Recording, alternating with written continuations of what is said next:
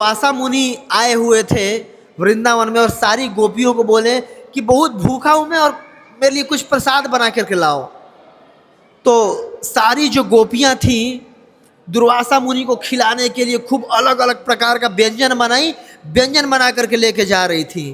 तो जब गई तो बीच में यमुना जी आ गई। यमुना जी पूरी भरी हुई थी। तो यमुना के इस तट पे अब कुछ नाव वगैरह भी नहीं था, रुकी हुई थी। भाई कैसे करें, उस पार दुर्वासा मुनि है, कैसे हम भोजन लेके जाएं। तो कृष्ण वहीं पे आ गए। तो सारी गोपियों को बोले तुम लोग इतना टेंशन में क्यों हो। तो पहले तो बताना नहीं चाहते, फिर बताया कि अरे यमुना पार करना, उधर दुर्वासा मुनि को भोजन देना है, हम कैसे जाएंगी। ओह इतना आसान, अभी यमुना जी को जाके बोल दो कि अगर कृष्ण पूर्ण ब्रह्मचारी है तो यमुना जी रास्ता दे दें। सारी गोपियां हंसने लगी, बाप रे बाप, बोल कौन रहा है। कल ही हमारे साथ ये रात में घूमने गए थे, हर दूसरे दिन बुलाते रहते हैं, तुमसे बहुत प्रेम करता हूं, तुम नहीं मिलोगी तो मेरे प्राण निकल जाएंगे, 24 घंटा तुम्हारा याद आता है, और बोल रहे हैं कि पूर्ण ब्रह्मचारी अगर हो तो यमुना रास्ता दे दे। जब गोपियां हंसने लगी तो कृष्ण उनके मन की बात समझ गए। बोले अरे जाके बोल के तो देखो। अब गोपियां सोची ऐसे ही मरता क्या नहीं करता, अब जा तो पा नहीं रहे, चलो बोल देती हैं, भाई कुछ कुछ कर देता, ये पहले ही मिस्टिक आदमी है। तो गोपियां जाके बोली हे यमुना देवी, अगर कृष्ण पूर्ण ब्रह्मचारी हो तो आप रास्ता दे दीजिए। और बोलते ही यमुना जी बिल्कुल 2 भाग में बट गई और पूरे रास्ता बन गया बिल्कुल। गोपियों को बहुत आश्चर्य हुआ, बाप रे बाप, ऐसा भी हो सकता है। गई उस पार, दुर्वासा मुनि को खूब अलग अलग व्यंजन उपस्थित की। दुर्वासा मुनि खूब भरपेट खाए, बिल्कुल अकंठ, बिल्कुल पाए प्रसाद। पा करके बोले ठीक है बेटी, खूब आशीर्वाद दे रहा हूँ तुम लोग को, जाओ जाओ जुग जुग जियो, सौभाग्यवती भो, जाओ घर जाओ। तो जा ही नहीं रही गोपियाँ घर। तो दुर्वासा मुनि बोले जाओ घर जाओ बेटी। बोले अब कुछ बोल भी नहीं रही हैं।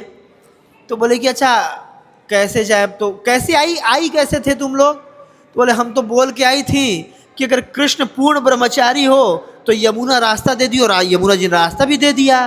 बोले अच्छा आसान है, जाके बोल दो कि अगर दुर्वासा मुनि ने कुछ भी नहीं खाया हो, जीवन भर दुर्वा घास का पानी पी के अगर जिए हो तो यमुना रास्ता दे दे। तो गोपियों को आश्चर्य हुआ, बाप रे बाप, हमारे सामने बिल्कुल ये कुंटल का कुंटल खा गए, हमारे सामने खा कर डकार ले रहे हैं, और बोल रहे हैं कि आज तो कुछ भी नहीं खाया हो तो यमुना जी रास्ता दे दे। फिर गोपी सोची कि लेकिन अगर कृष्ण ब्रह्मचारी हो सकता है तो दुनिया में कुछ भी हो सकता है भाई साहब। तो गई वो और जा करके यमुना जी से बोली हे यमुना जी, अगर दुर्वासा ऋषि आज तक कुछ भी नहीं खाए हों, केवल दुर्वा घास का पानी पी के अगर जीवे हों, तो अब रास्ता दे दीजिए। और क्या हुआ, रास्ता दे दी यमुना जी। बोली बाप रे बाप, ऐसा होता है। गोपियों को बहुत दिन तक डाउट था, फिर भगवान से पूछी तो भगवान बोले कि देखो दुर्वासा मुनि ने कुछ भी नहीं खाया, अपने भोग के लिए कुछ भी नहीं किया, जो आपने दिया था मेरा प्रसाद, तो प्रसाद को ग्रहण किया वो। मतलब अगर हम भगवान के प्रसन्नता के लिए कोई भी कार्य करते हैं ना तो अकर्म होता है, और अकर्म का रिएक्शन हम पे नहीं मिलता है।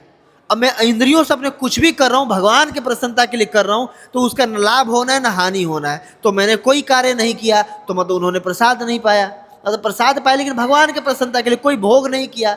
और मैं अगर जैसे आप लोगों को डाउट हो रहा था, मैं अगर रासलीला भी कर रहा हूँ तो मैं आपकी प्रसन्नता के लिए कर रहा हूँ, क्योंकि मेरे लिए न तस्य कारणम कर्णम च विद्यते, मैं आत्मा राम हूँ।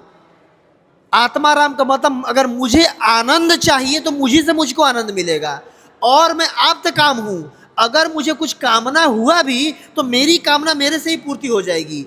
मैं आत्मा राम हूँ, आत्म काम हूँ, मुझे किसी और की जरूरत नहीं है। तो अगर मैं आपके साथ कुछ लीला भी करता हूँ, आपकी प्रसन्नता के लिए करता हूँ, मेरे को कुछ नहीं चाहिए आपसे। अगर चाहिए होगा तो मैं खुद से आपके जैसे हजारों लाखों करोड़ों को भी उत्पन्न कर लूँगा।